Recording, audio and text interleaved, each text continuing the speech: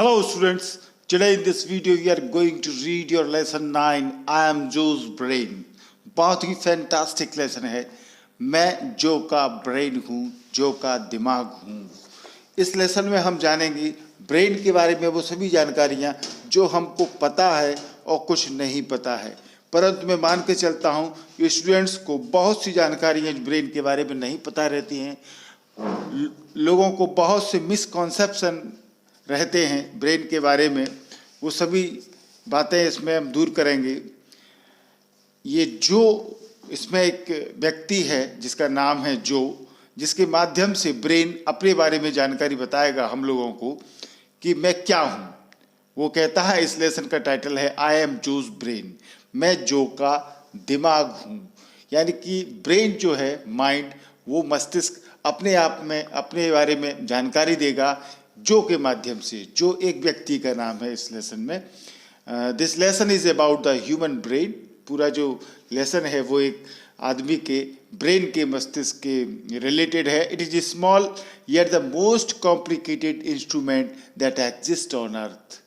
ये छोटा परंतु फिर भी बहुत ही कॉम्प्लिकेटेड एक ऐसा इंस्ट्रूमेंट है जो ईश्वर ने बनाया है, जो धरती पर हमारे अस्तित्व में है. यहाँ स्क्रीन पर आप देख सकते हैं हमारा मस्तिष्क भी दो पार्ट में रहता है, जिसका एक पार्ट लेफ्ट हेमिस्फीयर और राइट हेमिस्फीयर रहता है. इसमें आधे भाग को यदि आप स्क्रीन पर देखें तो लॉजिक का काम करता है, बाकी आधा भाग हमारी क्रिएटिविटी के लिए रहता है. यानी हम जो काम करते हैं उसमें लॉजिकल को यदि काम कर रहे हैं, जैसे कि आइंस्टीन ने किया, गणित संबंधी, साइंस संबंधी रिलेटेड कोई बात है. बाकी क्रिएटिविटी जो हम करते हैं, आर्ट रिलेटेड, वो आधा भाग उसके लिए एक्टिव रहता है. आप देख सकते हैं the human brain is the maker of the personality of a human being and it governs all the senses. आदमी का जो दिमाग है वो आदमी के व्यक्तित्व, पर्सनैलिटी को बनाता है और वो उसके सारे सेंसेस को गवर्न करता है. The brain is always at work weather person is awake और स्लीप. ब्रेन हमेशा काम करता है, चाहे व्यक्ति सो रहा हो या जाग रहा हो. आप स्क्रीन पर देख सकते हैं इसके स्ट्रक्चर को, क्योंकि लेसन में ऐसी कई कॉम्प्लिकेटेड बातें आने वाली हैं जिनके बारे में हम पूर्व से थोड़ा सा ज्ञान ले लें तो ठीक रहता है. हमारा जो ब्रेन है वो मेन रूप से इसमें ये बात आती है कि क्राउन के समान एक मुकुट जो राजा का होता है उसके समान 7 हेड के बराबर साइज लिए रहता है, पार्ट में रहता है. कई लोग समझते हैं कि ब्रेन एक ही होता है, परंतु इस लेसन में हम जानेंगे कि ब्रेन के भी जिस प्रकार से 2 किडनी होती हैं उसी प्रकार से 2 पार्ट होते हैं. यहाँ आप देख सकते हैं ये पीछे का भाग है ब्रेन का, जिसमें कि ये लेफ्ट हेमिस्फीयर है, इसमें राइट हेमिस्फीयर है दूसरा. तो इस प्रकार से ये आधा बटा हुआ रहता है. ठीक है. अब यहाँ पर आप देख सकते हैं इसके पार्टीशन किस प्रकार से अलग अलग हैं. तो कई प्रकार से 6-7 भागों में ये बटा हुआ है. साइंस इसको मान के चलता है जो अलग अलग पार्ट के रूप में काम करता है. ये आप इसके स्ट्रक्चर की बनावट को देख सकते हैं किस प्रकार से ये काम करता है.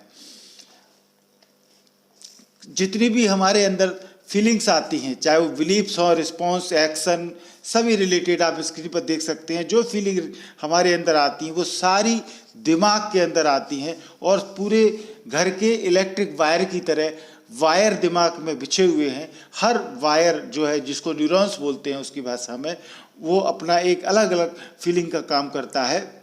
It keeps handling a vast number of informations that are pouring in continuously. We are able to concentrate in multiple jobs, but we find something of our interest, we get involved with that only.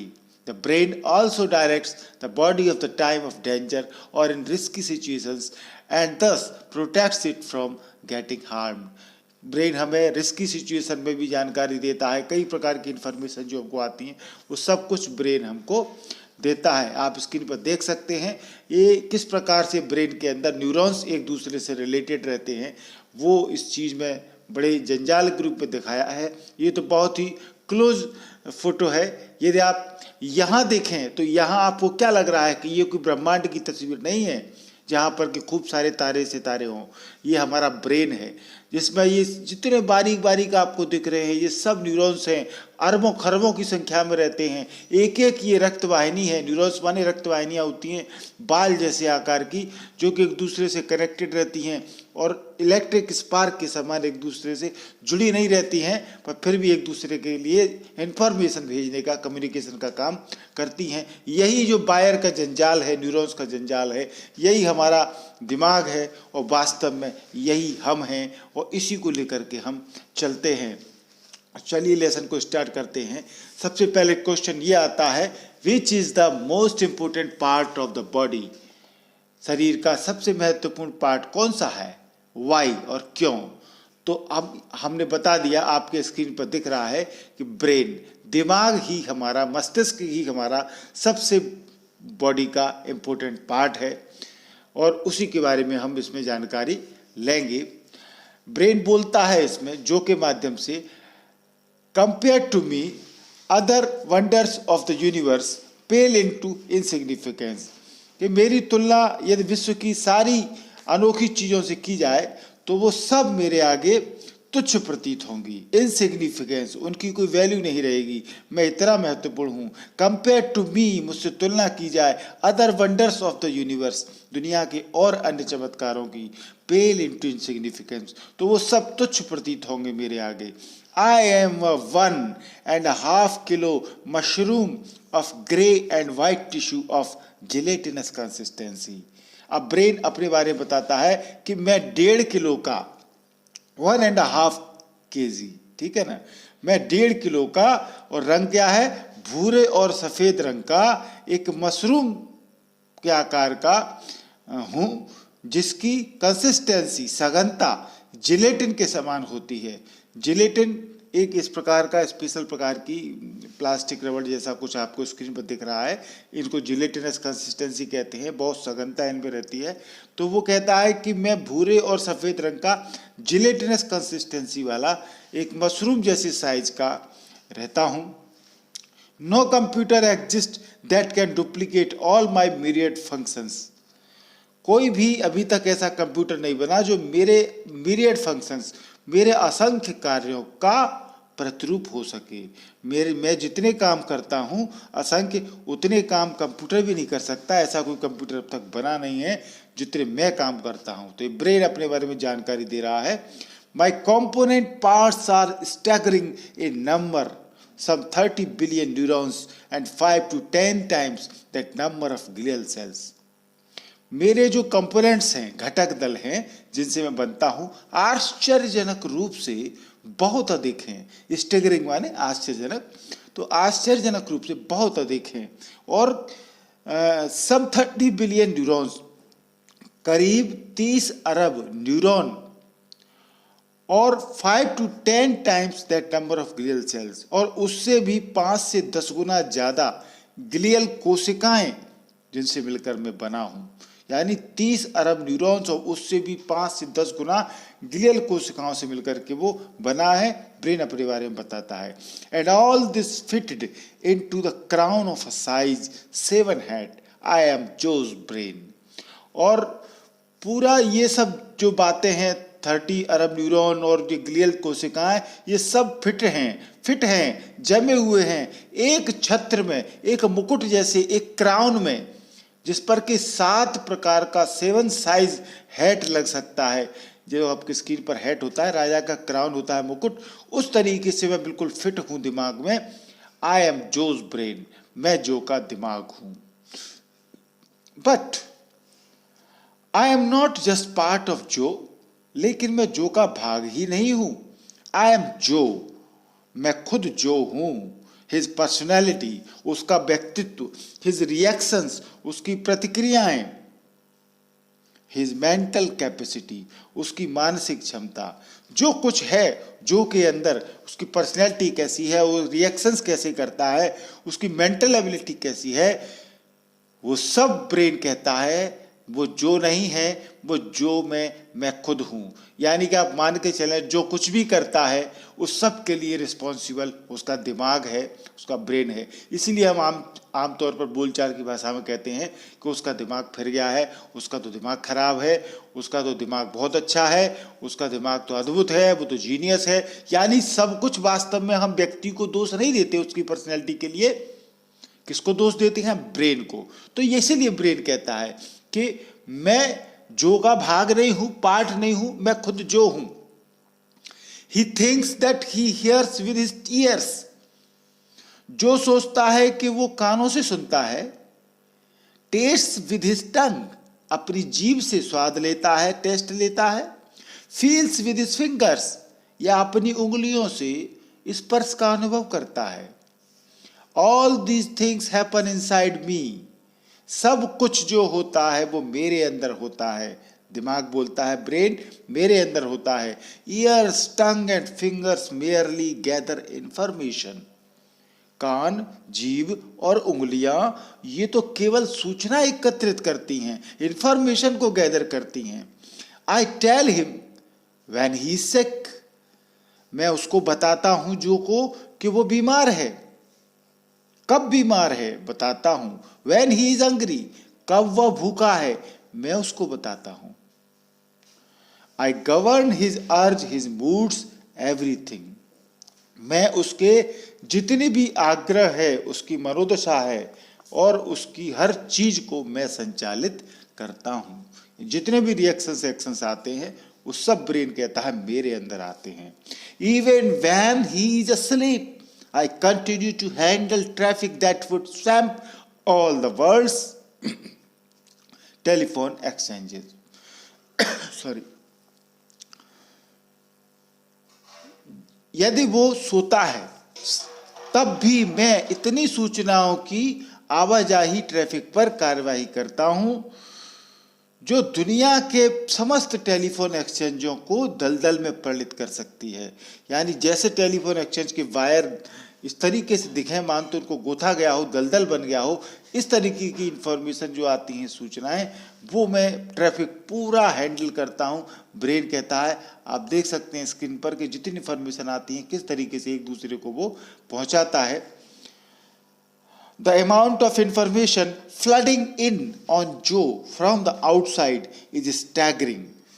जो भी बाहर से सूचनाएं आती हैं, जो जिनको प्राप्त करता है आश्चर्यजनक रूप से वो बहुत अधिक है। बाढ़ आती है, फ्लड आती है सूचनाओं की। मान के चले हम सड़क पर जाते हैं तो कितनी चीज़ों को हम देखते हैं, बिल्डिंग देखते हैं, व्यक्ति को देखते हैं, चीज़ें देखते हैं, ठेले पर क्या इतने सारी इंफॉर्मेशन दिमाग में आती हैं और उसके अकॉर्डिंग हम काम करते हैं। मान के चलो ठेले पे आपको पोहा चाट दिख गया, तुरंत दिमाग बोलता है खाओ खाओ, तो कोई इंफॉर्मेशन आई। यानी 50 असंख्य सूचनाएं हमेशा वो कहता है मेरे दिमाग में आती हैं, उसके अकॉर्डिंग मैं काम करता हूं। How can I cope with it all? मैं उनसे कैसे निपट सकता हूं? I simply select what is important and Joe ignores the rest. वो बोलता है ब्रेन कि मैं केवल जो महत्वपूर्ण हैं उन पर ही ध्यान देता हूं, उनको चुन लेता हूं, और जो बाकी बचती हैं जो मेरे लिए इंपॉर्टेंट नहीं है उन पर ध्यान नहीं देता। इफ जो puts a phonograph record on and attempts to read at the same time, he will concentrate on the record or the book, but not both.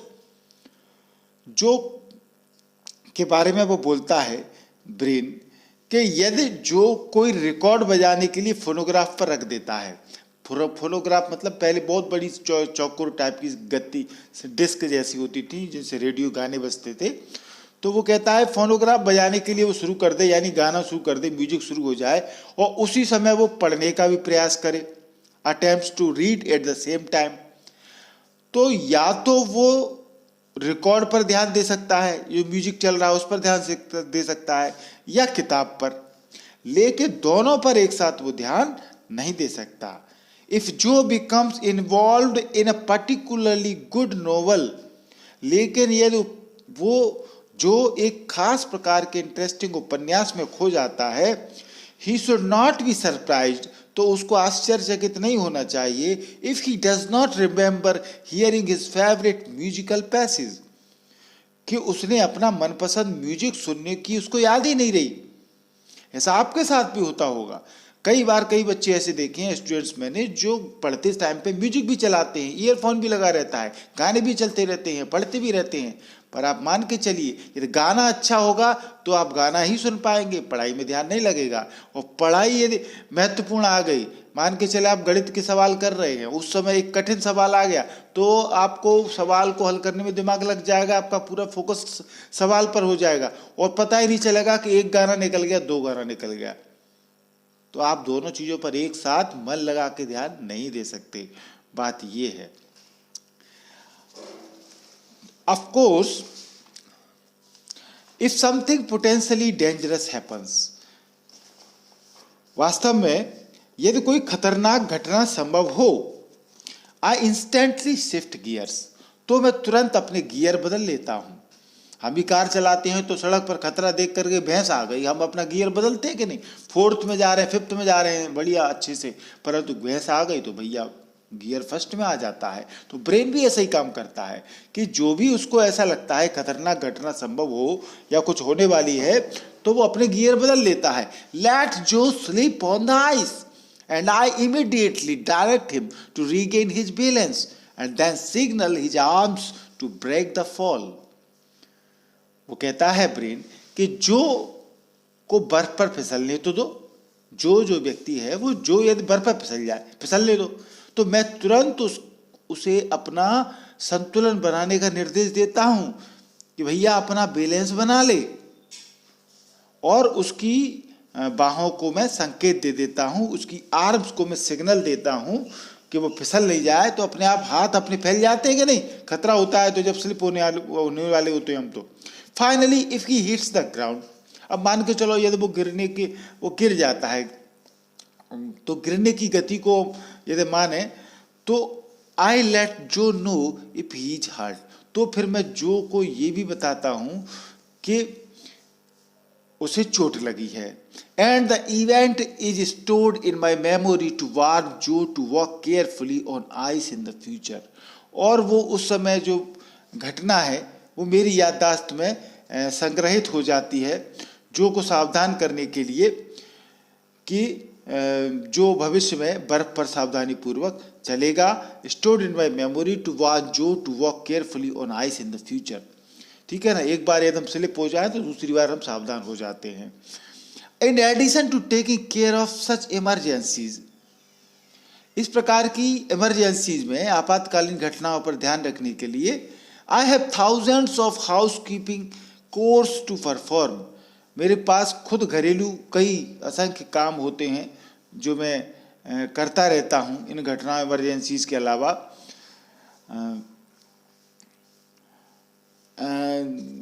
Overseeing breathing for example, उदाहरण के लिए सांस लेने की क्रिया पर ध्यान रखना पड़ता है मुझे, यानी कोई मेरी ब्रीदिंग जो है वो ज़्यादा तो नहीं हो गई, एकदम कम तो नहीं हो गई।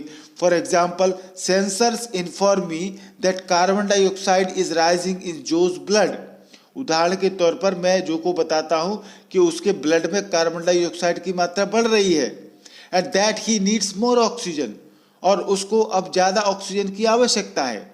आई step up the breathing rate, timing the contraction and relaxation of chest muscles, और मैं कंट्रैक्शन और रिलैक्सेशन, आप जानते हैं सिकुड़ना और फैलना, जैसे कि हार्ट करता है ना, धक धक धक धक, सिकुड़ता है फैलता है, ऐसे ब्रेन भी काम करता है, और वो कॉन्ट्रैक्शन है सिकुड़ना, रिलैक्सेशन मानी फैलना। तो चेस्ट मसल्स जो है अपने जो हृदय की मांसपेशियां हैं उनकी गति से वो सीने की मांसपेशियों के संकुचन और शैथिल्य से समय को नियंत्रित करके वो तेज कर देता है, यानी मेंटेनेंस अपना वो बनाए रखता है। In thousands of such ways I baby जो, कई प्रकार से मैं, हजारों तरीके से मैं जो को छोटे बच्चे के समान अत्यधिक सावधानी पूर्वक उसकी देखभाल करता हूँ। In thousands of such ways I baby Joe, in return I am pigishly demanding, परंतु इसके बदले में मैं अत्यधिक पिगसली पेटू जो बहुत ज़्यादा खाता है, बहुत खाता ही रहता है, तो पेटू के समान अपनी आवश्यकताओं की पूर्ति चाहता हूं इसके बदले में। Although I represent only 2% of Joe's body weight, हालांकि मैं जो बॉडी है उसकी वजन है जो उसका जो का उसके वजन का मात्र 2% हूँ, यानी पूरे बॉडी के वेट का जो ब्रेन है, ब्रेन का वेट कितना होता है, ओनली कंपेरेटिवली 2%, परंतु I require 20% of the oxygen he inhales and 1/5 of the blood his heart pumps. परंतु उसने कहा कि मैं पेटू क्यों हूँ, पेगसलू क्यों हूँ, क्योंकि 2% तो वजन का हूँ मैं, परंतु मैं जो जितनी ऑक्सीजन सांस लेता है, जितनी ऑक्सीजन वो सांस के द्वारा लेता है, जो उसका 20% चाहता हूँ, यानी 20% तो श्वास का ऑक्सीजन का पार्ट मुझे ही चाहिए, ब्रेन कहता है, और उसका जो हार्ट पंप करता है ब्लड को, उसका 5वां भाग चाहता हूँ, यानी कि ब्रेन कितना जो भी हम लेते हैं तो 20% तो ऑक्सीजन ब्रेन को चाहिए, और उसमें जितना ब्लड पंप करता है उसका 5वां भाग ब्रेन को चाहिए। I am utterly dependent on a constant supply, मैं नियमित आपूर्ति पर पूरी तरह से निर्भर हूँ, मुझे रेगुलर ब्लड की सप्लाई चाहिए, रेगुलर ऑक्सीजन की सप्लाई चाहिए, ये सब चीज़ें मेरी आवश्यकताएं regularly. Let there be a temporary shortage and जो फेंट्स, जरा सी यदि शॉर्टेज हो जाए, अस्थायी रूप से कुछ कमी हो जाने दो थोड़ी देर के लिए, तो जो बेहोश हो जाएगा, जैसे ही कम हुई, शॉर्टेज हुई, जो बेहोश हुआ। हम अधिकतर देखते हैं जब हमें प्यास लगती है, जब हमें भूख लगती है और हमें प्रॉपर ऑक्सीजन नहीं मिलती, घबराहट छूटती है, बेहोश हो जाते हैं, ये सब होता है, और ये सारे सिग्नल ब्रेन के रहते हैं, ये सारी कमियां ब्रेन को अखरती हैं। Let the supply be cut off for a few minutes and I suffer grave damage, paralysis और डेथ में रिजल्ट। यदि थोड़ी देर के लिए, कुछ मिनट के लिए सप्लाई रुक जाए तो मुझे भारी क्षति उठानी पड़ सकती है, ग्रेव डैमेज हो सकता है। परिणाम ये हो सकता है कि मुझे पैरालिसिस हो जाए, लकवा आ जाए और मौत भी हो सकती है। I also demand A study supply of nourishment, glucose, मुझे नरिशमेंट यानी जो मेरा भोजन है, वो पोषाहार, वो ग्लूकोज है, और उसकी नियमित सप्लाई, रेगुलर सप्लाई, नियमित आपूर्ति मुझे चाहिए, और वो ग्लूकोज है। जब भी बच्चे चक्कर आते हैं, परीक्षा होती है, बच्चों को चक्कर आते हैं, तो क्या देते हैं, भैया glucose P low, electoral P low. तो ग्लूकोज क्या है, तुरंत ब्रेन को अलर्ट कर देता है, उसको एनर्जी देता है, तो ग्लूकोज उसको चाहिए। Even in situations of acute starvation, जोरदार भुखमरी के समय भी, I get first call on my available for without me जो वुड डाई, जोरदार भुखमरी, भूख लग रही हो, उस समय भी मेरी आवश्यकताओं को प्राथमिकता होती है, क्योंकि मेरे बिना तो जो मर जाएगा। यदि ब्रेन को कुछ हुआ तो जो को हो जाएगा। अब ब्रेन की चोट आप जानते हैं, जरा सा चक्कर लगने पर हम घबरा जाते हैं। इन मैनी रेस्पेक्ट्स, अब इसमें बताता है ब्रेन के वो अपने आकार प्रकार के बारे में, किस प्रकार से वो कहाँ रहता है, ध्यान से सुने। In many respects I am like a vast unexplored continent, कई प्रकार से मैं एक बहुत बड़े विशाल और ऐसे महाद्वीप में हूँ जिसको कभी खोजा नहीं गया है, अन्वेषित, जिसका अन्वेषण नहीं हुआ है, अनएक्सप्लोर्ड कॉन्टिनेंट हूँ मैं, ऐसी जगह रहता हूँ जो अज्ञात है। with little more known than the rough outlines of the shore, जैसे समुद्र के किनारे की आउटलाइन होती है, केवल समुद्र के बारे के अंदर की गहराई में क्या है हम नहीं जानते, परंतु उसकी तल पर, तट पर क्या है, आउटलाइन में क्या है, पेड़ है, वृक्ष है, ये सब थोड़ी बहुत जानकारी हम रखते हैं। तो सेम ब्रेन कहता है, समुद्र के किनारे की आउटलाइन से थोड़ी अधिक जानकारी वाला, यानी मेरे बारे में बस इतना ही जानते हैं लोग, जैसे कि किसी समुद्र के किनारे के बारे में जानते हैं, उसकी गहराई के बारे में नहीं जानते हैं। ऐसी ब्रेन कहता है मेरे बारे में नहीं जानते हैं, केवल मेरे बारे में हल्की फुल्की जानकारी है, उतना जानते हैं।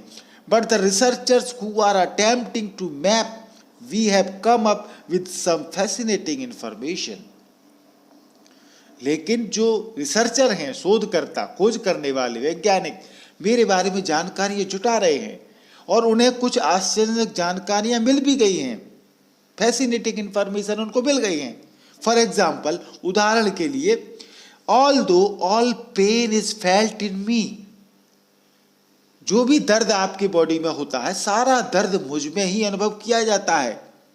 I myself have no pain sensation even when I am cut. लेकिन यदि मैं काटा जाऊं, किसी भी तरीके से मुझे काटा जाए, तो खुद में दर्द की मुझे कोई अनुभूति नहीं होती है। thus इसलिए brain surgery is performed with the patient wide awake. आपको पता नहीं होगी ये जानकारी, परंतु ब्रेन सर्जरी, जो दिमाग की सर्जरी की जाती है, क्लॉट जम जाता है या कोई फोड़ा आ जाता है, तो वो जब उसकी सर्जरी की जाती है, ऑपरेशन किया जाता है, तो मरीज को बेहोश नहीं किया जाता, उसको होश में लाकर ही उसकी सर्जरी कर दी जाती है। क्योंकि ब्रेन को जब काटा जाता है तो ब्रेन में कोई सेंसेशन नहीं होता, उसमें खुद में कोई काटते समय पता नहीं लगता। हालांकि उसके जो वायर हैं अंदर, न्यूरॉन्स, वे जरूर कोई भी दर्द होता है उसका पता लगा लेते हैं, परंतु वो शून्य रहता है, उसको शून्य करने की बेहोश की समय जरूरत नहीं रहती।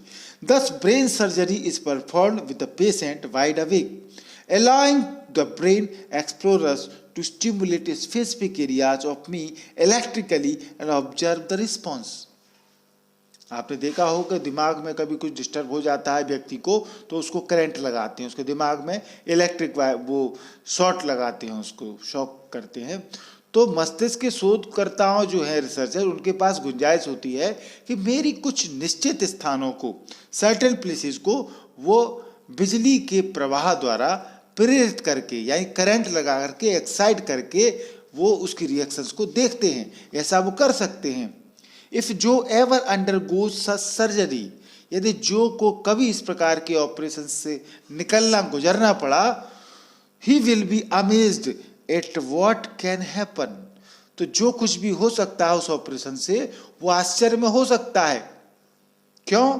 ए tickle of electricity in one place, यदि एक जगह पर करंट लगाया जाए तो उसको गुदगुदी होगी, and he might see a long forgotten third grade teacher, और जरा से करंट की गुदगुदी से उसे अपनी थर्ड क्लास में जो बहुत पहले कोई भूल चुका है उस टीचर की भी याद आ जाती है, उसको वो दिखाई देने लगता है। स्टिमुलेटेड इन अदर प्लेसेस, और यदि दूसरी जगह पर उसको उत्तेजित किया जाए करंट से ब्रेन को, he might hear a train whistle or recitation of nursery rhyme he could not have recalled few hours earlier.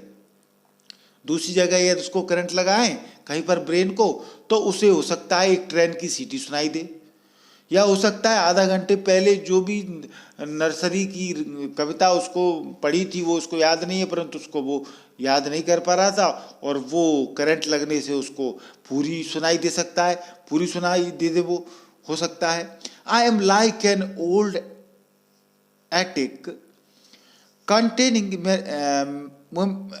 Moments of a life time, मैं एक पुरानी अटारी के समान हूँ। जो हमारे घर में एक पुराना कमरा होता है अटारी, जिसमें फालतू सामान भर देते हैं, तो ब्रेन भी कहता है कि मैं भी एक उसी पुरानी अटारी के समान हूँ जिसमें लाइफ टाइम, जीवन भर की यादगार वस्तुएं पड़ी रहती हैं। जो might not be aware of what it is in the attic, जो को तो ये मालूम भी नहीं होगा कि उसकी एटिक कोठरी में क्या क्या भरा है, बट इट इज देयर, परंतु लेकिन वो चीजें वहां हैं। The brain mappers have at least a rough outline of my primary functioning areas. जो मस्तिष्क के शोध करता है उनके पास मेरे मुख्य कार्य करने के क्षेत्रों की काम चलाऊ रूपरेखा है, काम चलाऊ आउटलाइन है, उनको थोड़ा बहुत उनको पता है जो मेरे मेन काम है उनके बारे में। जैसे विजन इन द रियर, जो पीछे का भाग होता है, पृष्ठ भाग, वो देखने का काम करता है, ये पता है उनको। हियरिंग ऑन द साइड्स, अगल बगल के भागों में सुनने का काम होता है, ये उसको पता है वैज्ञानिकों को। Perhaps the most interesting discovery is the pleasure centre, और कदाचित सबसे महत्वपूर्ण खोज जो है वो है प्लेजर सेंटर, सुख का केंद्र, ये दिमाग में होता है। Teach a rat to press a switch that gives a minute electrical prod to the pleasure center and the animal will press the switch almost continuously, preferring the stimulation even to food. अब वो उदाहरण दे रहे हैं कि pleasure centre क्या होता है। मान के चलो वो कहते हैं एक चूहे को हम बटन दबाना सिखा दें और बिजली के करंट के द्वारा उस प्लेजर सेंटर को हम उकसाएं, तो वो बराबर उस बटन को दबाता रहेगा चूहा, उसको उद्दीपन यानी एक्साइटमेंट पर भोजन पर भी प्राथमिकता देते हुए, यानी उसको भोजन का भी ध्यान नहीं रहेगा। क्यों? क्योंकि उसको हमने जो बटन दबाना सिखाया है उससे उसको आनंद मिल रहा है, प्लेजर सेंटर है उसका, उसको आनंद मिल रहा है। उस आनंद में उसको मतलब खाने की भी ध्यान नहीं रहती।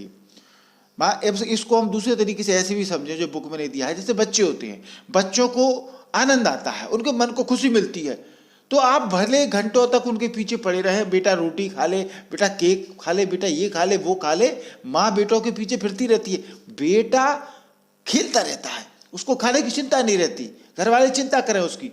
क्यों? क्योंकि उसका ब्रेन कहता है, उसके ब्रेन को आनंद मिल रहा है, खेलने में आनंद मिल रहा है, उसका प्लेजर सेंटर एक्टिव है, वो खेलने में आनंद ले रहा है। तो ऐसे चूहे को हम भले उसको एक बटन दबाना सिखा दे तो वो बटन को दबाता रहेगा, यदि उसको मजा आ रहा है उसमें तो वो खाने की भी ध्यान नहीं दे देगा, भूख भी उसकी प्राथमिकता नहीं रहेगी, वो उस काम को लगातार करता रहेगा।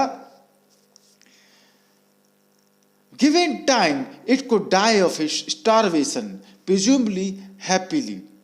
यदि भले ही समय के साथ वो भूख से मर भी सकता है, संभावितः खुशी खुशी वो मर सकता है, presumably happily मर भी जाएगा तो भी, परंतु उसको आनंद मिल रहा था, वो उस काम को वो करता रहता है। इफ जो एवर सफर्स ए सिवियर डिप्रेशन, यदि कभी उसको डिप्रेशन का अनुभव करे जो, doctors might implant such an electrode in his brain, तो डॉक्टर ऐसा एक बिजली करंट उसके दिमाग में रोपित कर सकते हैं। Little jolts of electricity could transform a depressed Joe into a ecstatic Joe. जरा से बिजली के करंट से झटके से वो जो डिप्रेशन में था, हो सकता है उस करंट से वो हंसने लगे, खुशी होने लगे, हर्षोन्माद होने लगे, और वो पूरी तरीके से परिवर्तित उसको कर सकेगा, वो करंट बदल देगा। इसलिए डॉक्टर लोग क्या करते हैं, हम तो क्या कहते हैं व्यक्ति को कि पागल हो गया है, वो डिप्रेशन की अवस्था होती है, वास्तव में वो डिप्रेस हो जाता है। आजकल ये बीमारी बहुत फैल गई है डिप्रेशन की, आदमी को लगता है पागल हो गया है, परंतु कई तरीके से पहले तो उसको मेडिसिन दी जाती हैं, जब भी सुधार नहीं होता है तो मेंटल हॉस्पिटल में उसको पहुंचा करके मान करके डॉक्टर उसका इलाज करते हैं, उसके अलग अलग ब्रेन के दिमाग पर करंट लगाते हैं। हो सकता है करंट से जो अंदर न्यूरॉन्स है वो कौन सा न्यूरॉन्स उसका गड़बड़ है, वो डिस्टर्बेंस सही हो जाए, तो जो डिप्रेशन हो गया है वो खुशी होने लगे, यानी कुछ भी हो सकता है। एक जगह करंट लगाने से कुछ भी हो सकता है, दूसरी जगह लगाएं तो कुछ भी हो सकता है। जैसा हमने बताया था, रेल की सीटी सुनाई दे दे, प्राइमरी का टीचर याद आ जाए, कुछ भी संभव है। तो ऐसा वैज्ञानिक लोग करते रहते हैं।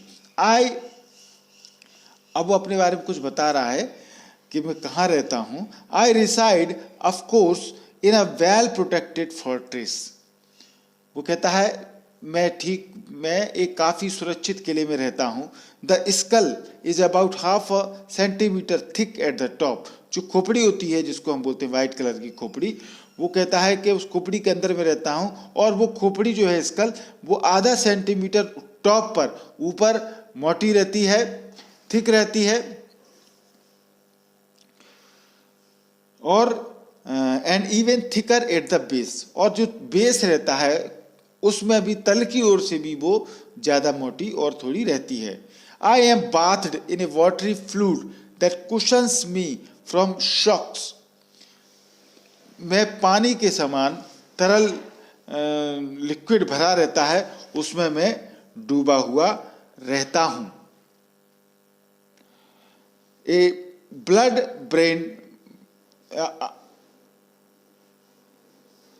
Brain barrier serves as a gate keeper. और वो कहता है कि मैं पानी में डूबा रहता हूँ, मुझे झटकों से बचाने में वो पानी जो है लिक्विड वो गद्दी का काम करता है। I am bathed in watery fluid that cushions me from shocks. ठीक है ना, आप जानते हैं कि ब्रेन को जो है अंदर वो ब्रेन उस स्कल में, खोपड़ी के अंदर लिक्विड में तैरता रहता है और उस लिक्विड ही उसके लिए गद्दी का काम करता है। जब भी उसको चोट लगती है तो खोपड़ी के अंदर वो लिक्विड ही उसके वाइब्रेशन को उसको कंट्रोल कर पाता है, थोड़ा सा हमको चक्कर आता है, तो ये उसका रहता है। A blood brain barrier serves as a gate keeper, जो रक्त मस्तिष्क की रोधिकाएं रहती हैं ब्लड ब्रेन, वो गेट कीपर का काम करती हैं। Letting some things in denying entrance to others, कुछ चीज़ों को वो अंदर आने देती हैं और कुछ को नहीं आने देती हैं। Thus it welcomes the glucose I need, तो क्या चीज़ें दिमाग के अंदर असर डालती हैं, क्या चीज़ें दिमाग में घुस सकती हैं, क्या नहीं घुस सकती हैं, वो ये बता रहा है कि जो मेरी ब्लड सेल्स हैं वो द्वारपाल का काम करती हैं, कुछ चीज़ों को आने देती हैं, कुछ चीज़ों को अंदर नहीं आने देती हैं। इस प्रकार वो ग्लूकोज जिसकी मुझे आवश्यकता होती है उसका तो वो वेलकम करता है, स्वागत करता है। I need but blocks out bacteria and toxic substances, परंतु जो बैक्टीरिया और अन्य जो टॉक्सिक यानी वैश्विक थोड़ी नशीली जो पदार्थों की कुछ ऐसी उन चीज़ों को वो रोक देता है। Most painkillers and anaesthetics pass in with ease, वो कहता है मेरे अंदर अधिकतर जो पेन किलर रहती हैं, दर्दनाक दवाइयाँ या फिर जो बेहोश करने वाली दवाइयाँ हैं वो आसानी से अंदर आ जाती हैं। But so unfortunately do alcohol and hallucinogenic, परंतु इसी प्रकार से दुर्भाग्य की बात है कि शराब, अल्कोहल या फिर जो नशीली दवाइयाँ होती हैं जो दिमाग को खराब करती हैं, वो ऐसी ड्रग्स, ऐसी दवाइयाँ भी अंदर आ जाती हैं। that wildly distort my normal activities, that wildly distort my normal activities, I may even hear a visual image, तो मेरे अंदर क्रियाकलापों को बुरी तरीके से ये दवाइयाँ विकृत कर देती हैं जो अंदर आ जाती हैं। हो सकता है मैं कुछ कल्पना की चीज़ों को सुनने लगूं, एक विजुअल इमेज जो कल्पना के रूप में है वो मेरे ऊपर हावी हो जाए, मुझे दिखने लगे। A word about my architecture, अब वो अपनी कुछ बनावट के बारे में, रचना के बारे में बता रहा है। Lift a piece of sod from a lawn and note the baffling intervening of roots, वो कहता है कि जड़ों को, जैसे कि वो जमीन के अंदर जो धूप लगी रहती है घास, उसको, उसकी ऊपरी परत को, उसके क्षेत्र को जरा सा हम पकड़ के खींचें, धूप को खींचें, तो हम देखते हैं जो आपस में गुथी रहती हैं उनकी जड़ें आपस में, वो कैसी आवाज़ करती हैं, बिल्कुल चरमर जैसी आवाज़ करती हैं। जड़ों को चकरा देने वाली गुथन उनके अंदर रहती है। इंटरविनिंग ऑफ रूट्स, जड़ें उसकी गुथी रहती हैं। I am something like that, तो दिमाग कहता है मैं करीब करीब उसी प्रकार का हूँ। मल्टीप्लाइड बाय मिलियंस, लाखों गुना ज़्यादा। Each of my 30 billion nerve cells or neurons connects with others some as many as 60,000 times, मेरे अंदर 30 अरब न्यूरॉन्स हैं, नर्व कोशिकाएं हैं, और ये न्यूरॉन्स प्रत्येक एक दूसरे से जुड़ी हुई है, जो कि कुछ तो ऐसे हैं जो 60,000 बार एक दूसरे से जुड़े हुए हैं। ये न्यूरॉन क्या होता है, यही सबसे खास बात होती है। ब्रेन जो है न्यूरॉन से मिलकर बना होता है। 30 खरब अरब न्यूरॉन्स दिमाग में रहते हैं। A neuron looks something like a spider attached to a filament, neuron तंतु से जुड़ी हुई मकड़ी के जाले के समान दिखता है। The spider is the cell body, मकड़ी कोशिका की देह है, शरीर है। द फिलामेंट द एक्सन, और तंतु जो है फिलामेंट वो एक्सन है। द लेग्स द डेंड्राइट्स, और उसकी टांगे डेंड्राइट हैं। The legs pick up a signal from adjacent neurons pass it to the body, जो टांगे हैं डेंड्राइट वो बगल के न्यूरॉनों से संकेत प्राप्त करती हैं। The signal pass it to the body, उसको शरीर के बॉडी में पहुंचाती हैं सिग्नल को, और जो सिग्नल जाता है the signal is in turn passed along by the filament at speed up to 340 kilometre per hour, जो सूचना दिमाग में जाती है वो 340 किलोमीटर प्रति घंटे की स्पीड से आगे बढ़ती है। After each signal passes, brain कहता है हर न्यूरॉन्स जो है एक सूचना को भेजने के बाद, संकेत से गुजरने के बाद में, it takes the filament about 1/2000 of a second to recharge itself chemically, तो वो 1/2000 सेकंड का हिस्सा का समय लगता है उसको रिचार्ज करने में अपने आप को। जब वो काम कर लेता है, सूचना भेज देता है, तो वो खुद को रिचार्ज करता है। और इसमें कितना टाइम लगता है उसको? एक सेकंड का 1/2000 हिस्सा उसको लगता है। ठीक है। At no point does one of my neurons touch another. कुछ भी, कभी भी मेरे न्यूरॉन एक दूसरे का स्पर्श नहीं करते। Signals are passed spark gap fashion. संकेत स्पार्क गैप तरीके से भेजे जाते हैं। जैसे बिजली में एक करंट से दूसरे तार को जोड़ते हैं तो स्पार्क होता है ना, उसी प्रकार से सूचनाएं जाती हैं तो स्पार्क होता है। At each firing one nerve chemically communicates with another. Her firing के समय एक नर्व न्यूरॉन दूसरे के साथ में केमिकल रासायनिक संपर्क स्थापित करती है। ये आप देख सकते हैं न्यूरॉन्स का जाल। 30 अरब न्यूरॉन्स किस प्रकार से एक दूसरे से जुड़े रहते हैं, और जुड़े नहीं रहते हैं एक दूसरे से, वो केमिकल रिएक्शन करते हैं और जब सूचनाएं भेजते हैं तो एक दूसरे को स्पार्क करते हैं। ये जानकारी आप समझ लें, ब्रेन के स्ट्रक्चर को समझ लें। इसके बारे में लेफ्ट हेमिस्फीयर, राइट हेमिस्फीयर के बारे में हम आगे जानेंगे जो पार्ट 2 के वीडियो में। तो आप देखते रहिए कंटिन्यूअस MP इंग्लिश क्लासेस को और जानते रहिए ब्रेन के बारे में सभी जानकारियां जो आपको अभी तक प्राप्त नहीं है। अब इस पार्ट 2 में हम पूरा ये लेसन खत्म कर देंगे। पूरा वीडियो देखने के लिए आपका धन्यवाद। Thank you. में आपको हम बताएंगे। ये वीडियो आपको पसंद आया होगा। इस वीडियो को पूरा देखने के लिए आपका धन्यवाद। MP इंग्लिश क्लासेस को आपने अभी तक यदि सब्सक्राइब नहीं किया है तो सब्सक्राइब जरूर करें। सब्सक्राइब करना फ्री है, कोई पैसे आपके नहीं लगने हैं। सब्सक्राइब करना बहुत ही सरल है। आप अपने मोबाइल में देखिए, वीडियो के नीचे लाल कलर से सब्सक्राइब लिखा हुआ दिख रहा होगा। इसको आप टच करेंगे, इसको टच करते ही लाल कलर का सब्सक्राइब व्हाइट कलर में बदल जाएगा, यानी चैनल सब्सक्राइब हो चुका है। बगल में जो बेल आइकन आपको दिख रहा है, इसको आप दबाएंगे तो 3 ऑप्शन आएंगे। इसमें सबसे ऊपर का ऑप्शन है ऑल। इसको आप दबाएंगे तो मेरा सारे वीडियो जो मैं बनाऊंगा वो तुरंत आपके मोबाइल पर नोटिफिकेशन के रूप में पहुंच जाएगा। आपको कोई इंतजार करने की जरूरत नहीं है। निश्चित तौर से आपको और भी वीडियो की जरूरत पड़ती होगी। सिलेबस कोर्स की आपकी चीज़ें चाहिए, ग्रामर हो, निबंध, letter, application, grammar, textbook, सब कुछ, ये सब कुछ आपको मिलेगा। आप देखिए हमारे चैनल पर ये प्लेलिस्ट बनी हुई है। इस प्लेलिस्ट में आप टच करेंगे तो आपको सारे सेक्शन मिल जाएंगे। जिस क्लास का वीडियो आपको चाहिए, ग्रामर का चाहिए, राइटिंग स्किल का चाहिए, सब कुछ इस हमारी प्लेलिस्ट में उपलब्ध है। ठीक है। आपको ये वीडियो पसंद आया हो तो इस वीडियो को पूरा देखने के लिए थैंक यू, धन्यवाद। वीडियो को लाइक और शेयर जरूर करें, ये करने से हमको प्रोत्साहन मिलता है। धन्यवाद।